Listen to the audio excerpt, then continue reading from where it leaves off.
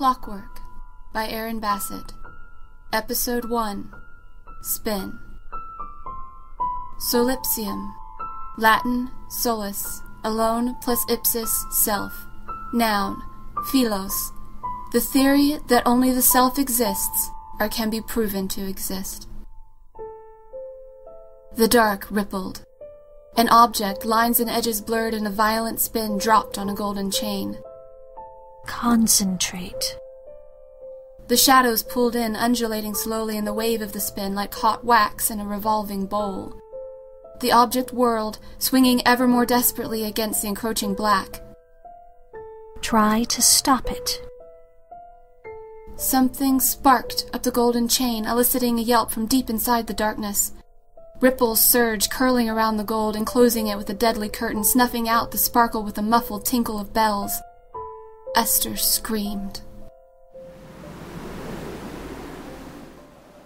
Muted sunlight filtered down from the orange trees canopying the iron gate.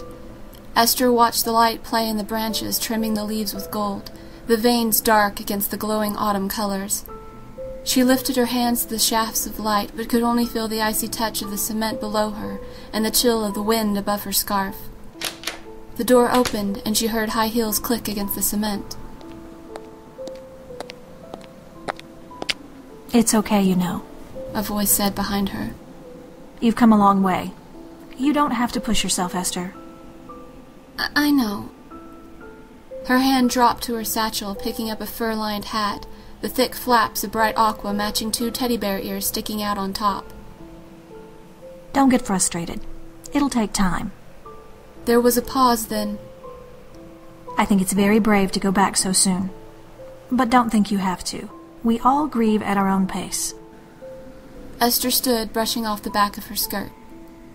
Are you good on refills? Yes. She pushed open the gate, flipping the hat over her brown hair. I am glad you decided to come this morning. Call me if you need anything. See you next week, Dr. Blaine. Esther hopped down the steps and out onto the sidewalk. Mozart's Concerto No. 3 disrupted the descent into the subway. Esther ducked under the sign jetting over the street and dug her phone out of her pocket as the sky let out a burst of icy rain.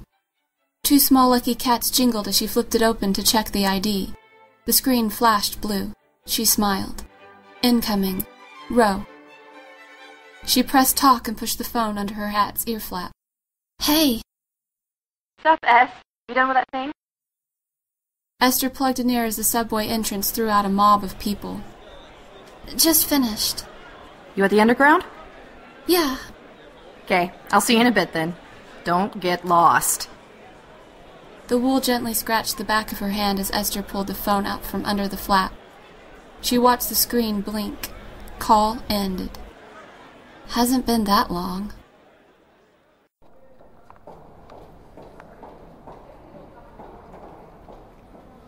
The subway station reeked with the hot, sticky smell of too many people.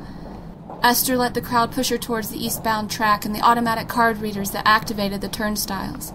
Getting in line, she pulled her satchel over her shoulder and zipped the top. She dug through, searching for her wallet. Her line moved up.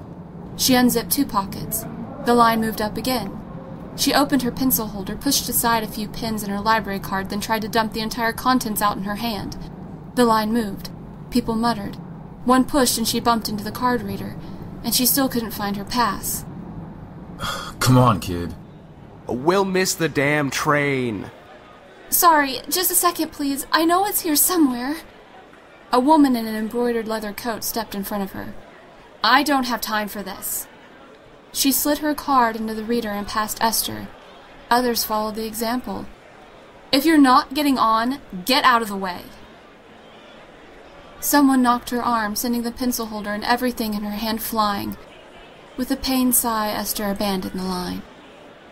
She darted between people, snatching up rolling pencils, grabbing at pens. One last No. 2 bounced towards the bathroom pillars. With a bounce, she stomped down on it and felt an unmistakable snap under her Oxfords. Squatting, Esther picked up the pencil by its eraser. It hung together, one splinter of wood still intact, then snapped in half and fell at her feet. Esther gripped the half of pencil in her hand and swallowed down the blistering flutter trying to encase her chest.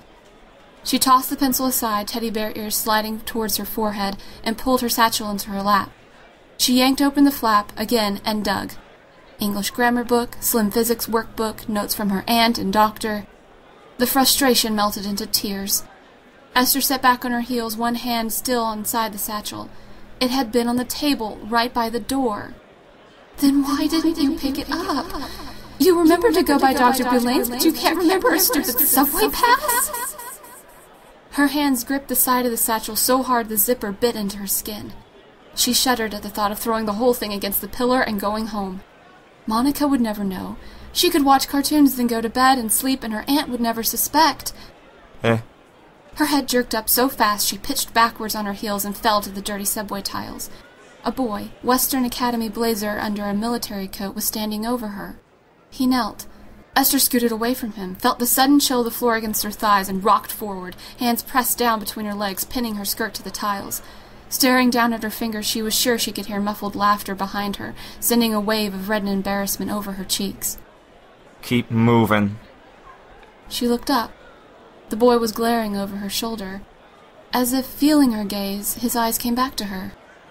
You're going to catch something just sitting there like that. He offered his hand. Esther didn't move, her fingers digging into the fabric of her skirt. But under her ebbing fright, there was a disquieting sense of familiarity. I didn't see anything. Come on, get up. Esther bit her lip. She reached forward, one hand on her bag in case he tried to snatch it. Her hand slid into his bare fingers warm and rough against hers. Something snapped, right by her eye. A black throb that pulsed over her vision. Darkness spread out around her in waves of deep indigo and royal purple, a sparkle, a round golden object spinning on a chain with... Esther started as the hand jerked away. The subway, the noise, the people. Rushed back. She was standing, the satchel hanging loosely from her fingers. The boy was staring at her, eyebrows knitted. Esther took a breath, eyes on the floor, heart thumping in her ears. Thanks.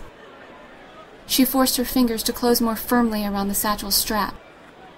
Looking for something? My pass. I lost it, or... She glanced up. The boy, half framed in the fur of her hat, was scanning the terminal, his head moving slowly from side to side. What are you... His hand darted into his coat pocket, then pressed something to her sweater, making Esther yelp. Go. Esther's bag slid up her arm, benching her sleeve to scrape her skin as she fumbled to grasp the small slip of plastic. A ride pass? I can't take... She looked up. Hey, wait a... The boy was gone. She looked down the terminal to see if he jumped the turnstiles, then up towards the entrance. He was nowhere to be seen. The crowd pushed in, jostling her as she tried to stand still in her search. An old man knocked her shoulder, spinning her around to face the turnstiles. Esther frowned at the pass, pulled her satchel over her shoulder, and stepped into the crowd. She slipped the card into the reader. The light turned green. She passed through. Esther found a seat in the corner of the last car and sat her bag in her lap. Lifting the pass up to the subway's flickering light, she squinted at the name printed below the public transportation emblem. Her head leaned against the tattered seat. Holland Hughes.